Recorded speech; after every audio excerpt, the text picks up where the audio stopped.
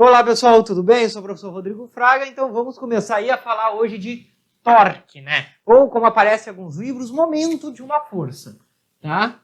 Mas bem, chamarei aqui de torque. Para simplificar, usarei a letra tal, letra grega tal, né? Para simbolizar o torque. E bem, o que é o torque, né? Torque, certo? É o que a gente diz um produto vetorial, que é o produto vetorial entre a força e o braço de alavanca, né? Mas o que é isso exatamente? O que essa expressão aqui quer dizer, um produto vetorial? Bem, vou começar explicando aqui então com um exemplo prático, certo? Pois bem, veja só. Tenho aqui tá, um ponto de apoio, poderia ser representando uma gangorra, certo? E aqui acima, um corpo extenso sendo colocado em equilíbrio. Por exemplo, né? Bem, por acaso de algum corpo massivo estar sobre, né, esse corpo nesse ponto de apoio, né, coloquei esse peso aqui, essa massa, e o que vai acontecer, né? Vendo por esse sistema, percebo que eu vou ter uma tendência a produzir uma rotação, né? Uma rotação aqui nesse caso sentido anti-horário. Desculpa, sentido horário, né? E bem, o que o torque entra nisso? O torque é justamente esta variação da rotação, né? Bem, lá nas leis de Newton, a força provocava uma aceleração, certo? Aqui o torque, ele também provoca uma aceleração, só que uma aceleração rotacional, certo? Então, o torque é, para essa parte da dinâmica de rotações, o que a força é lá para a aceleração, é o causador da aceleração. O torque, vamos dizer assim, é o causador da minha aceleração angular. Ele é o análogo da força lá no movimento circular, certo? E bem, este corpo vai provocar uma força F aqui sobre essa prancha, certo? E bem, o que é aquele B ali, braço de alavanca, aquela distância? É a distância, ó, do ponto de aplicação de força até o ponto de apoio, né? Ou o ponto que eu estou usando de referência, que vai ser meu ponto de rotação. Então, isso que é o torque. E a gente diz que é um produto vetorial, por quê? Porque nós temos dois vetores aqui, um vetor deslocamento, né? E um vetor força. E o torque, ele é nada mais do que também um vetor, certo? Já vou dizer sobre ele, mas sendo um vetor, então, ele é obtido através de um produto vetorial, né? Um produto entre dois vetores que dá um vetor como resultado, ok? Simplificando isso, né? Vamos fazer o seguinte, ok? Um outro exemplo, que é o exemplo clássico, que é a polca e a chave de boca, certo? O que acontece, né? Qual é a função de uma chave de boca? Ou também conhecida chave de torque, certo? É justamente conseguir produzir uma força amplificada, né? Bem, vou fazer aqui, por exemplo, certo? Um ponto onde vai ser aplicada a força, onde vai estar a minha mão, tentando produzir o quê? Uma rotação, né? Rotação em quem? Nessa polca, certo? Pois bem, há uma distância do eixo de rotação, há uma distância D, há uma distância, um vetor de deslocamento, certo? O meu torque vai ter uma intensidade aqui, que eu posso dizer braço de alavanca vezes F, né? Isso bem semelhante ao produto vetorial. Essa situação aqui. Mas por que isso? Porque eu posso dizer que esses dois vetores são perpendiculares. Nesse sentido, eu consigo usar essa expressão direto, sem pensar se é vetor ou não. justamente pegando o valor, as intensidades, os módulos, ok? E bem, qual é a ideia do torque, né? Veja que quanto maior for essa distância, maior vai ser o torque, ou seja, maior vai ser, vamos dizer assim, a facilidade em provocar uma rotação, né? Então, a ideia da chave de Bloch, a chave de torque, é justamente um apetrecho que vai servir para aumentar o meu braço de alavanca, né? Porque se eu tentar desaparafusar, tirar essa polca com o dedo mesmo, a distância que vai ser aplicada a força é uma distância que depende do tamanho da polca. Uma distância pequena, com uma distância maior, consigo ter um torque maior. A força consegue ser, vamos dizer assim, mais eficiente, né? Mas, bem, o que acontece se eu tivesse uma força não perpendicular, né? Que não é nenhum desses casos aqui. E daí, quando o produto vetorial já é mais necessário, certo? Fazer aqui nesse sentido, tá? Tenho aqui um corpo, tá? Um corpo extenso, apoiado na parede, ligado através de uma articulação, certo? E eu vou provocar aqui uma força F,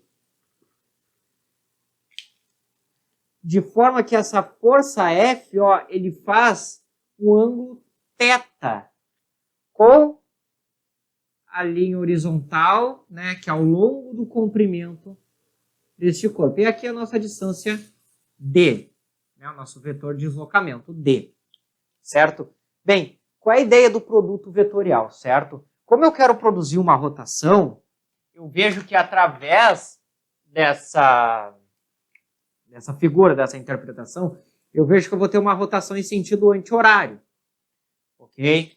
Tá, só que o que vai provocar o sentido anti-horário, né? Vai ser justamente a componente vertical dessa força, né? Que eu posso dizer o Fy, enquanto a componente paralela ao braço de alavanca, Fx, certo? Não vai conseguir provocar a rotação, porque eu vou estar com, vamos dizer assim, com essa prancha aqui na horizontal e eu vou estar empurrando na horizontal. Como é que eu vou fazer um deslocamento, né? Uma rotação dessa forma? Não. Apenas a componente perpendicular ao braço de alavanca, ok? De forma que, se eu ver esse Fy, lembrando lá da decomposição de vetores, o que o Fy é? Força vezes seno do ângulo θ. Então, neste caso, ó, o torque seria o quê? Braço de alavanca D vezes a força F vezes o seno. Por que eu estou colocando o seno aqui? Porque isso aqui é, na verdade, o Fy. É o que eu vou aproveitar para fazer o meu torque, né? Daí eu vou ter o torque produzido. Por que aqui eu não utilizei o seno? Bem, justamente porque eu tenho um ângulo de 90 graus. E seno de 90 graus é igual a 1. Né? Então não é necessário utilizar. Certo? E por que a utilização do produto vetorial? Porque justamente um produto vetorial entre D, né, e neste caso F, que é o que eu estou fazendo ali, certo? É o que me traz essa relação, dF seno de θ, né? Porque daí o produto vetorial vai ser acrescentado aquele seno entre os dois ângulos, né? Sempre de F para T no sentido anti-horário, que daí é uma coisa também importante para sabermos aqui, né?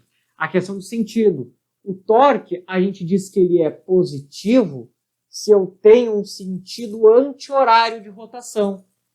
O torque, a gente diz que é negativo se eu tenho um sentido horário de rotação, né?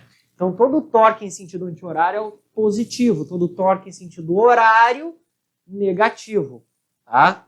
E isso aí é o que faz a questão vetorial do torque, né? Que, no caso, vai ser uma direção perpendicular tanto à força quanto ao deslocamento. Uma coisa que a gente daria para uma regra chamada regra da mão direita, mas que vai ser mais importante quando a gente for falar lá no magnetismo, né? Aqui não é tão interessante a gente comentar sobre isso, mas entender sobre essa questão, né, o porquê eu tenho esses dois. Tá? Porque o torque vai aproveitar unicamente a componente perpendicular ao braço de alavanca. Certo? Bem, com essa ideia, podemos ter outras suposições aqui. Né? Outras formas de se trabalhar com o torque. Vou apagar essa parte aqui para poder dividir o quadro. Certo? Que é com o que a gente pode chamar uma coisa chamada linha de ação ou também linha de força. Em alguns livros pode aparecer em algumas questões. Mas ali eu vou utilizar a expressão linha de ação, que é uma outra forma um pouco mais simples de conseguir trabalhar com o torque, sem pensar em produto vetorial, sem se importar tanto com o seno, né? Que é uma forma que eu tenho de conseguir me livrar disso, né?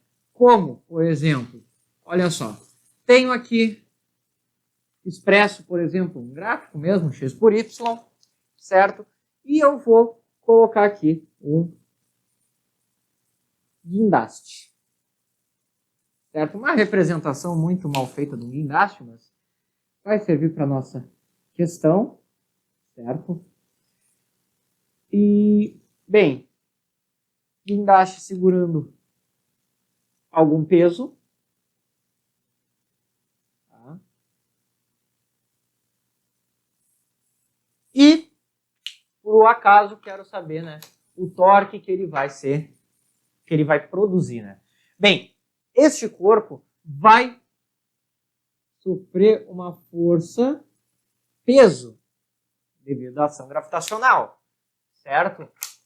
Bem, a primeiro momento, aqui é o ponto de aplicação de força e se eu for pensar num ponto onde vai ser feito o meu eixo de rotação, seria este aqui, né? Se eu pensar que esse guindaste vai sofrer uma rotação, né, este ponto vai escapar, vai sair, perder o contato com a superfície, e aqui está o meu ponto de rotação. Isso aí eu tenho que achar, tenho que interpretar a questão, certo? Mas, bem, às vezes fica um pouco complicado encontrar essa distância. E, bem, aí eu posso usar o conceito de linha de ação. O que é a linha de ação? É uma linha que é perpendicular à direção da força, certo? E essa linha, ela passa pelo ponto de rotação, né? Então, o que é a linha de ação? É uma linha perpendicular à direção da força. Eu vou fazer um traçado aqui da direção da força, eu vou fazer um traçado perpendicular partindo do ponto de rotação, e daí, tendo esses dois pontos, essa intersecção são perpendiculares, está aqui a minha linha de ação. E bem, qual é a ideia da linha de ação? Eu posso justamente usar essa distância aqui, ó, essa distância D da linha de ação. Tá? E usar essa força. Então, o que poderia ser o torque aqui? Ó, força-peso vezes o D. Né? Aqui não colocando, vou colocar o D na frente, que é como eu estou fazendo sempre. Certo? Usando a ideia de linha de ação, sem eu me preocupar com a distância real do corpo ao ponto de apoio. Não, eu posso me preocupar só com a distância perpendicular à força. E aí eu consigo usar essa ideia de linha de ação. Tem outras situações, por exemplo, que é aqui. Caiu já alguma questão, certo? Utilizando uma mão francesa, um agarrador para vaso de flor. Tá? E perguntava, certo? O torque produzido.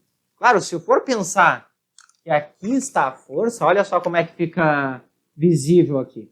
Se eu pensar que aqui é a aplicação da força-peso, certo? Eu poderia pensar, bem, o eixo de rotação está num ponto aqui em contato. Vou supor aqui o limite ali do agarrador, certo? Bem, se ele for cair, vai cair um ponto de rotação aqui, né? Certo? Pensando aqui, a linha de ação. Né? Olha só, veja que os dois estão perpendiculares aqui, do jeito que eu desenhei. Tem uma distância dele, o mesmo torque. Tá? E eu posso desconsiderar todo esse formato que tem aqui e facilitar ali a resolução da minha questão, pegando justamente essa distância. Se eu tenho se esse vaso fosse mais embaixo, por exemplo, bem, a força ia ser da mesma forma, pois tem que estar perpendicular, ó, à linha de ação, simplesmente. Então, não seria um problema esse vaso estar mais para cima, mais para baixo. Eu poderia usar essa distância o tempo inteiro, o que facilita ali a resolução de muitas questões, muitas vezes. E não ter que se preocupar, por exemplo, com o ângulo ali que eu faço, né? Ou em ter que achar o ângulo, ou achar o valor do seno. Ok? E aí eu tenho essa ideia interessante, certo? Bem, isso aqui falando de torque, e dentro do torque, a ideia de torque, ou não, ou melhor, o torque está inserido numa parte da dinâmica que é equilíbrio de corpos extensos, né? O equilíbrio, trabalhar lá nas leis de Newton, trabalhando somente com as forças, o que era o equilíbrio? Era quando a força resultante era zero e o corpo, né, deixava de ter a aceleração. Aqui vai entrar uma nova ideia para o equilíbrio, que não só a força resultante tem que ser zero, mas para eu ter a situação de equilíbrio, a força resultante tem que ser zero e o torque resultante também deve ser zero. Né? Ou seja, a soma das forças tem que ser igual a zero e a soma de todos os torques também deve ser igual a zero para eu ter um sistema em equilíbrio. Tá? Então, vou usar dois exemplos aqui só para descrever, ok? Mas assim, supondo uma parede, novamente, aqui uma articulação, um corpo extenso e nesse corpo extenso eu tenho uma corda prendendo o extremo dessa prancha à parede novamente, certo? E eu vejo que essa situação está em equilíbrio, né? Bem, primeira coisa que aparece em muitos vestibulares é aprender a identificar forças que estão acontecendo aqui neste corpo. Bem, primeiramente, temos a força-peso. E a força-peso, para um corpo extenso, né? Claro, todas as questões sempre vai mencionar um corpo de massa, de densidade homogênea, né? Então, com isso, eu posso dizer que este corpo, a força-peso vai estar concentrado no centro geométrico deste meu corpo. Isso, claro, se eu tiver uma densidade homogênea. Se eu não tiver uma densidade homogênea, bem, aí a situação um pouquinho mais avançada, assim, mais para nível superior, certo? Não convém dizer isso aqui agora, ok?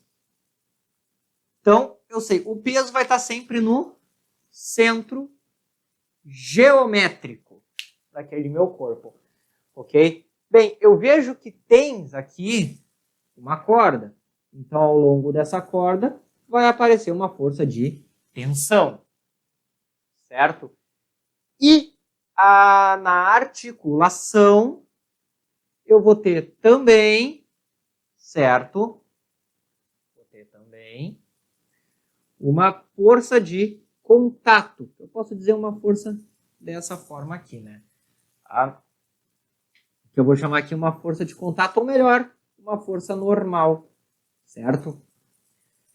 Bem, por que eu posso afirmar isso, né? Porque eu não poderia dizer, na articulação não vai ter nenhuma força, ok? Pelo seguinte, se eu estou num sistema em equilíbrio, a força resultante, ela tem que ser nula.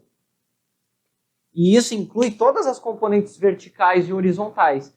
Como a tensão ela está sendo constituída por duas componentes, horizontal e vertical, bem, eu poderia dizer que o peso se anula com a componente com a componente vertical, certo? Enquanto que a normal vai se anular com a componente horizontal, minha corda, ou a força horizontal da componente horizontal da força de tensão, mantendo o equilíbrio. Claro, pode acontecer de ter questões que a força tem que ser considerada na diagonal aqui, por exemplo, certo? Mas aí vai de cada questão, cada informação, cada interpretação. Aqui eu estou, né, supondo uma articulação livre com a única força sendo a força de contato normal. Essa é a consideração que eu estou fazendo aqui, certo? E, claro, o outro ponto é o torque resultante ser zero. Então, temos que ter noção dos braços de alavanca, tanto aqui na força de tensão quanto na força peso, né, D1, D2, e aí eu vou ter que ter, né, a soma dos torques igual a zero. A normal não produziria torque, então eu poderia dizer, neste caso, o seguinte, olha só, que o torque produzido pela força de tensão mais o torque produzido pela força peso igual a zero, né? E eu vejo que a tensão vai produzir um torque no sentido anti-horário, enquanto o peso, horário. Então eu poderia simplesmente, em vez de encarar como vetores, encarar como o torque da força de tensão igual ao módulo do torque da força peso. Tá? Fazer essa igualdade. E daí, então, aplicar a expressão do torque, né? Aqui, neste caso, seria necessário ter o ângulo θ para conseguir descobrir este valor, né? E feito isso, tenho o meu sistema, né? Aqui, no caso, eu poderia colocar, ó, T, D1, ou melhor, distância 1 vezes T vezes seno de θ. Do outro lado, igual D2 vezes peso. Tá? Por que aqui tem seno? Porque tenho um ângulo diferente de 90 graus. Por que aqui não tem? Porque eu vejo que esses dois valores são essas duas direções, ó, são perpendiculares. Então o seno é 1, então preciso colocar ele, certo? Isso um exemplo para uma situação de equilíbrio. Outro exemplo, daí vou montar, lembrando, vocês têm uma lista de exercícios dessa parte para treinar aí. Outro exemplo, certo? É quando eu tenho dois pontos de apoio. Né? Vou fazer aqui 2 pontos de apoio, primeiro, segundo. E aqui um corpo. Seja um valor de massa M, seja um valor, uma tábua com massa desprezível, com algum corpo aqui acima. Né? Neste caso, eu vou citar um exemplo primeiramente. Mas bem, aqui vai ser o ponto A, aqui vai ser o ponto B. Certo? Bem, primeiramente, identificar as forças. Tá? Primeiro, podemos considerar o centro geométrico da tábua, ponto P, aplicando um peso. E, como eu tenho contato com os pontos A e B, eu tenho duas forças normais ali, tá? Que eu vou chamar de NA e NB. Que não vai ser simplesmente metade do peso para cada um. Não, isso é uma situação específica quando está bem simétrica a situação. Né? Aqui nós temos que considerar as distâncias, certo? Então, vamos lá, ó. Eu tenho aqui uma distância que eu vou chamar de D1 e aqui uma distância que eu vou chamar de D2, certo? E bem, como é que eu consigo resolver isso?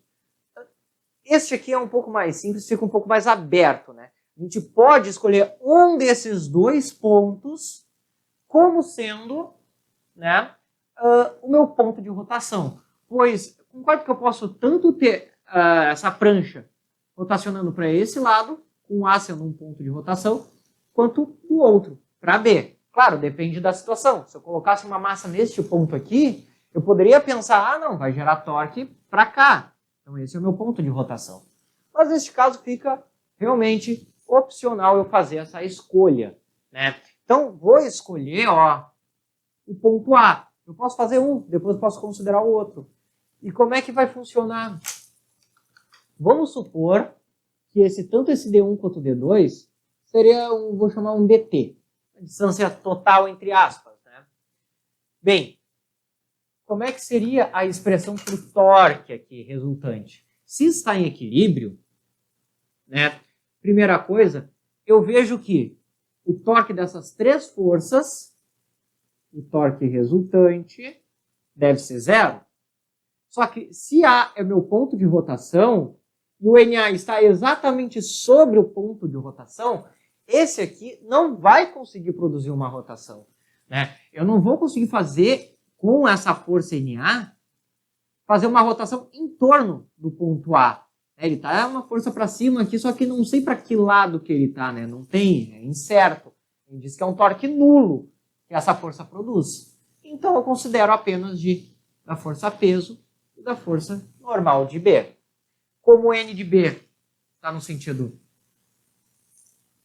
anti-horário, né?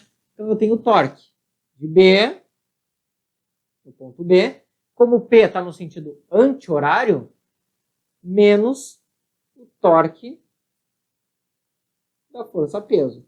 Deve ser zero. Então nisso aqui, ó, consigo chegar nessa igualdade. Torque de B igual ao torque de P. Como o torque de B vai depender da força NB, tem aqui NB, vezes, ou melhor, a distância primeiro, né? DT, que é a distância do ponto que eu estou aplicando a força NB até o ponto de rotação que eu considerei, que é o ponto A, vezes a força NB igual a distância, neste caso D1, vezes a força-peso. Né? Lembrando que força-peso é produto massa vezes aceleração gravitacional.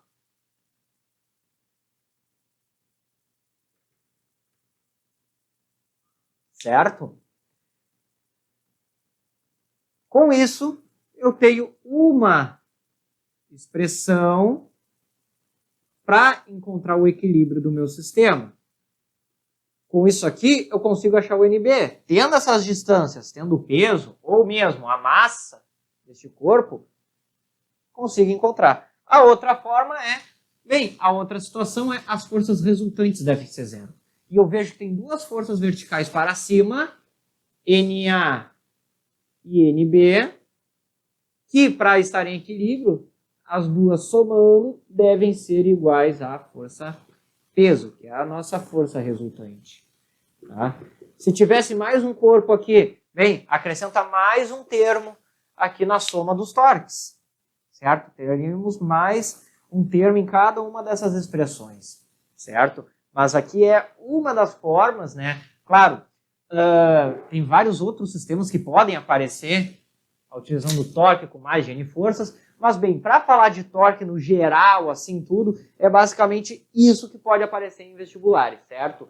Bem, vocês têm uma lista na descrição desse vídeo para acessarem e também clicando aqui vai ter acesso a uma playlist de vídeo resoluções de questões de números vestibulares referente a este conteúdo, certo, pessoal? E bem, se eu ajudei vocês de alguma forma, eu peço que vocês se inscrevam, curtam, compartilhem o vídeo, certo? E bem, bons estudos e até a próxima!